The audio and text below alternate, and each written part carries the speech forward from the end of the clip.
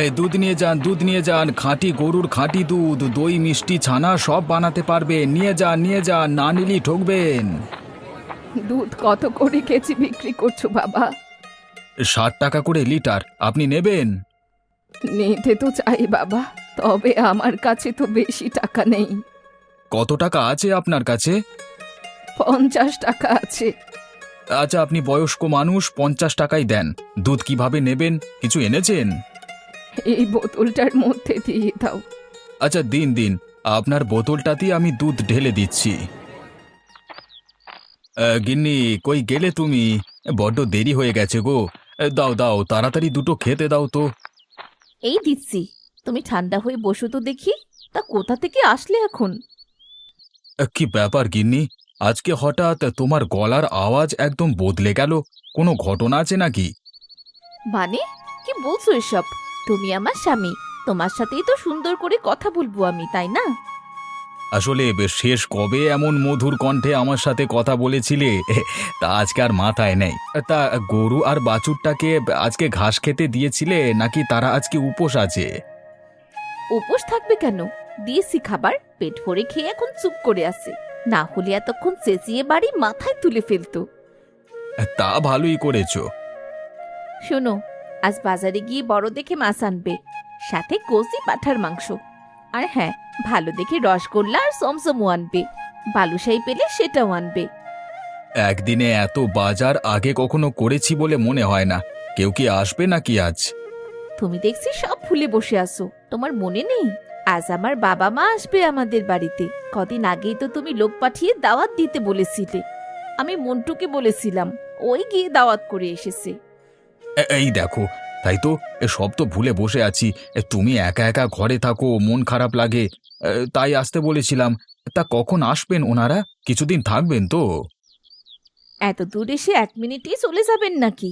কি যে বলো তুমি! আর আস্তে আস্তে মনে হয় বিকেলই হয়ে যাবে। তাহলে ঠিক আছে, আমি গেলাম বাজারে। মনে করে সব আনবে কিন্তু, কিছু আবার ভুলে যেও না জানো।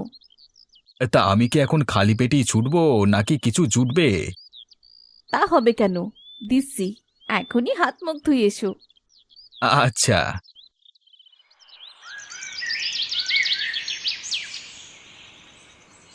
গিন্নি, বাবা মাকে মাংস দিয়ে দাও।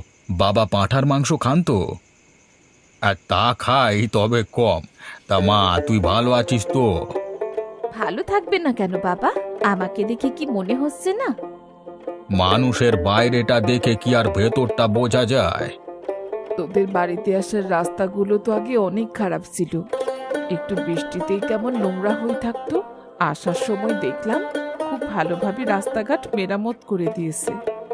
হ্যাঁ মা, গ্রামের মানুষ অনেক দিন ধরেই এই রাস্তা মেরামতের জন্য অভিযোগ দিয়ে আসছিল, তাই ঠিক করে দিয়েছে।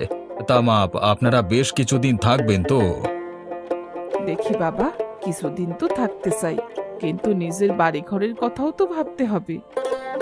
আপনার মেয়ে মাঝে মাঝে তো একা একা পাগল হয়ে যায়, আমাকে শুধু বলে আপনাদেরকে নিয়ে আসতে, তাই আপনাদেরকে খবর দিয়ে আনিয়েছি। আমাদেরও খুব ইচ্ছে করে মেয়েকে দেখতে, কাছে থাকতে, কিন্তু যার যার সংসার বলে কথা, একটা না একটা কাজ লেগেই থাকে আর কি। তারপরেও মা, দেখুন না, কোনোভাবে সামলে কিছুদিন আপনার মেয়ের কাছে থাকা যায় কিনা। আচ্ছা, আমি দেখছি। বাবাজি, তোমার চাষের জমির এখন কি অবস্থা? গতবারের বন্যায় তো অনেক ক্ষতি হয়েছে, তবে এইবার মনে হচ্ছে আগের সব ক্ষতি পুষিয়ে নিতে পারবো। এবারের ফলন খুব ভালো হয়েছে। এখনো কি আগের মতো সব জমির কাজ একা করো? না বাবা, কয়েকজন চাষি আছে আমার, ওদের নিয়েই কাজ করি। তাহলে তো ভালোই, বিশ্রাম নেওয়ার সুযোগ পাও। আগে তো দেখতাম দিন রাত ধরে কাজ করতে। আচ্ছা, কালকে আমাকে নিয়ে যেও, হ্যাঁ, একটু ঘুরে দেখবো। আচ্ছা। আহ, তোমরা খাবে নাকি সব কথা আজকেই ভুলে ফেলবে? এত গরম গরম রান্না করে আমার কি লাভ হলো বলো তো? সেই তো ঠান্ডা করেই খাচ্ছো। আর কথা না বলে খেয়ে নিচ্ছি। তা এবারে কি কি করেছো? পাশাপাশি এই দুটো জমি আমার। একটা জমিতে শুধু ভুট্টা, পাশের জমিতে বেগুন আর কাঁচা মরিচ। আর জায়গা যেহেতু অনেক বড়, তাই কয়েকজনকে রেখেছি কাজে। কাঁচা মরিচ তো ভালোই ধরেছে দেখছি, ভালো দামও পাবে। এখন তো কাঁচা মরিচের অনেক দাম, কিনে খাওয়াটা মুশকিল, তাই এবার সাথে কাঁচা মরিচও করে ফেললাম। সেচের জন্য কি করো, ব্যবস্থা আছে? পানির পাম্পও আছে, এখন আর কোনো কিছু নিয়েই তেমন ভোগান্তিতে পড়তে হয় না। তা ভালো। চলো এবার বাড়ি যাওয়া যাক, মাথার উপর রোদের তেজ এত সহ্য হচ্ছে না। আচ্ছা চলুন।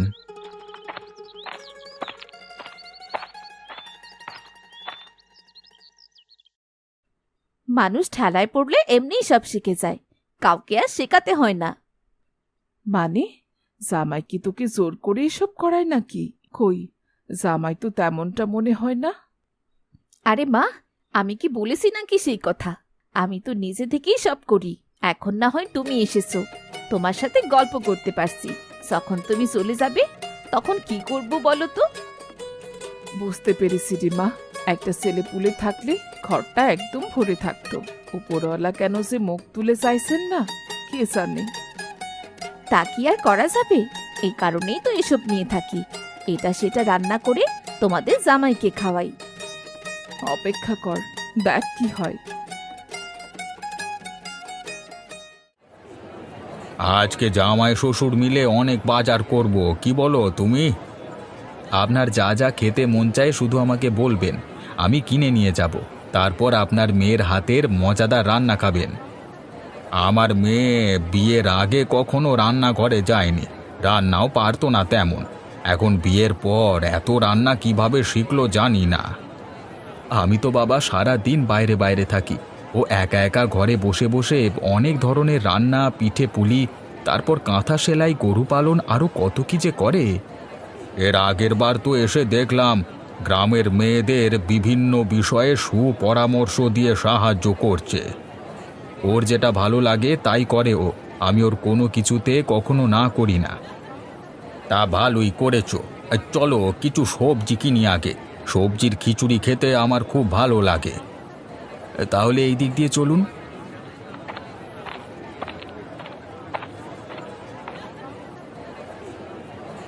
এই ছেলে, তোমার লাউ কত করে? আগে আমার লাউ না, আমার গাছের লাউ, 30 টাকা করে। ভালো কচি দেখে একটা লাউ দিয়ে দাও দেখি, তার সাথে একটা মিষ্টি কুমড়োও দিয়ে দাও। আচ্ছা, কাঁচামরিচ বেগুন এসব দেবো কি? না না, ওগুলো তো আমার জামাইয়ের খেতেই আছে। এই নিন, আপনার 60 টাকা হয়েছে। তা জামাই বাবাজি, তোমার ক্ষেতের সবজি তো দেখলাম ভালোই বড় হয়ে গেছে। বাজারে সবজির যা দাম, তুমি বিক্রি করছো না কেন? এখন বিক্রি করলে বেশ ভালো আয় হবে। আনবো আনবো, মাঝে মাঝে সকালে দুধ বিক্রি করতে আসি, তখন না হয় সাথে করে কিছু সবজিও আনা যাবে। আচ্ছা এখন চলো মাছের বাজারের দিকে যাই। হ্যাঁ হ্যাঁ, সামনের দিক দিয়ে যেতে হবে। আরে এ তো দেখছি একদম জমজমাট মাছের বাজার। হ্যাঁ, কোনটা রেখে কোনটা নেব? বাবা, আপনি তো আজকে সবজির খিচুড়ি খেতে চেয়েছেন, তাহলে চলুন সাথে করে একটা ইলিশ মাছ নিয়ে যাই।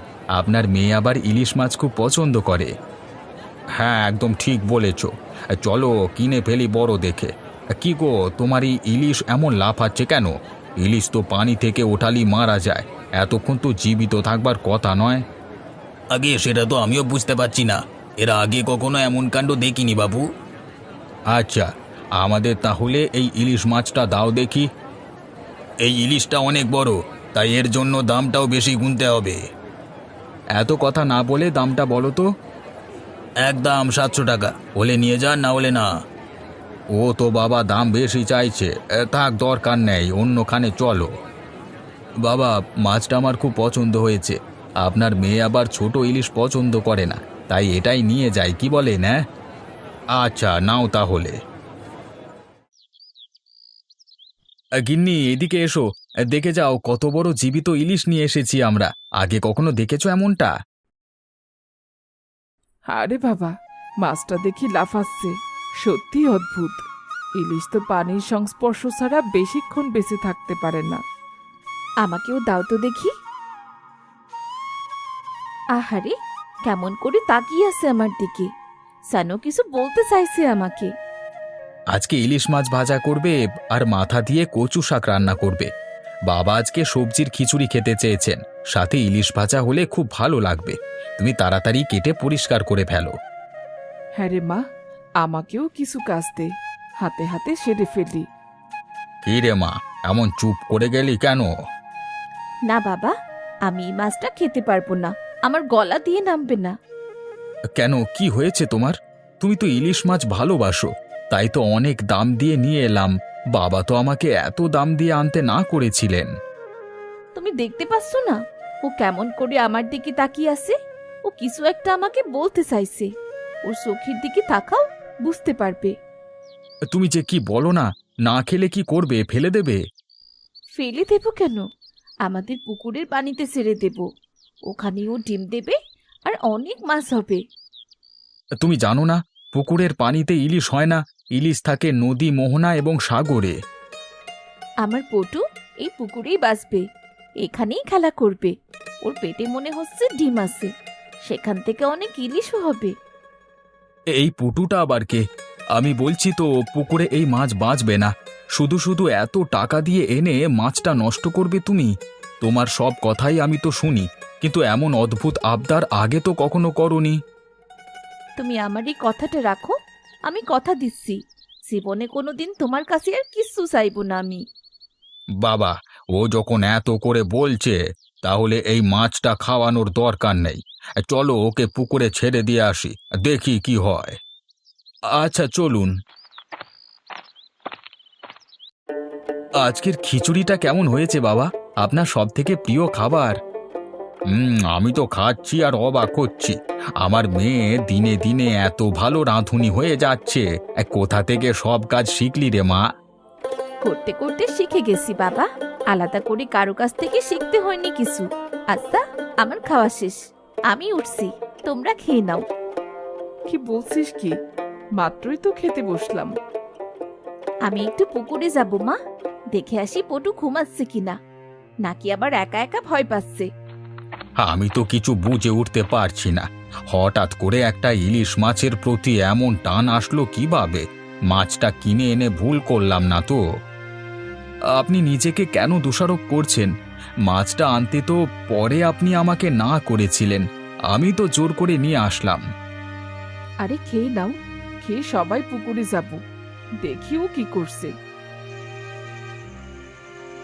মারে, রাতের বেলায় কি করছিস এখানে? চল ঘরে চল। বাবা, এখানে আসলে আমি শুনতে পাই ও আমায় মা বলে ডাকছে। ওর ডাকটা খুব মধুর, শুধুমাত্র ডাক শোনার জন্যই আমি এখানে আসি। আমি বুঝতে পারছি রে মা, মাছটা কেনা কি জামাইয়ের ভুলই হয়ে গেল নাকি? সব কিছু ফেলে রেখে এই পুকুর পাড়ে এসে বসে আছিস, কেউ শুনলে কি বলবে? কেউ কি আমায় মা বলে ডাকতে পারে না? কেন পারবে না মা? কোনো মানব সন্তান তোকে মা বলে ডাকেনি তো কি হয়েছে? তোর পুটু তো ডেকেছে, সেটাই বা কম কিসের? তোর যেটা করে ভালো লাগে সেটাই কর, তুই ভালো থাকলেই আমরা ভালো থাকবো। আজ থেকে তুই এই ইলিশ মাছের মা।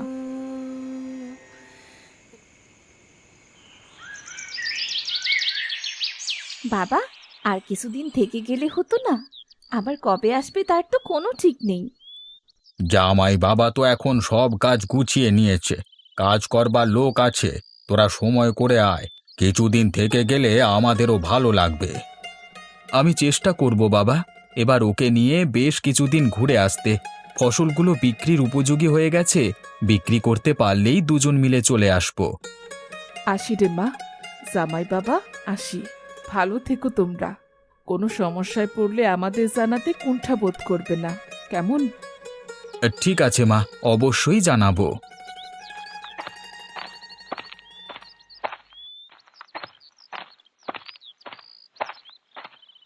তুমি এখানে? আমি বাড়ি এসে তোমাকে ডাকছিলাম, না পেয়ে এখানে আসলাম। আচ্ছা, তোমার মনে হচ্ছে না পটু আগে থেকে একটু বড় হয়েছে? কই, আমার কাছে তো একরকমই লাগছে। আমি তো মা, তাই আমি সব বুঝি। ও আগের থেকে বড় হয়েছে, আর সাথে আরো গল্লুমুল্লু হয়েছে। আচ্ছা, সেটা তুমি বুঝলেই হবে, আমি তো আর ওর কেউ না, তাই আমি না বুঝলেও চলবে। কে বলেছে তুমি ওর কেউ না? কেউ না হলে বুঝি এভাবে মজার মজার খাবার এনে ওকে খাওয়াতে? আমি ওর মা হলে তুমি ওর বাবা, কথাটা মনে থাকে যেন। আচ্ছা, মনে থাকবে।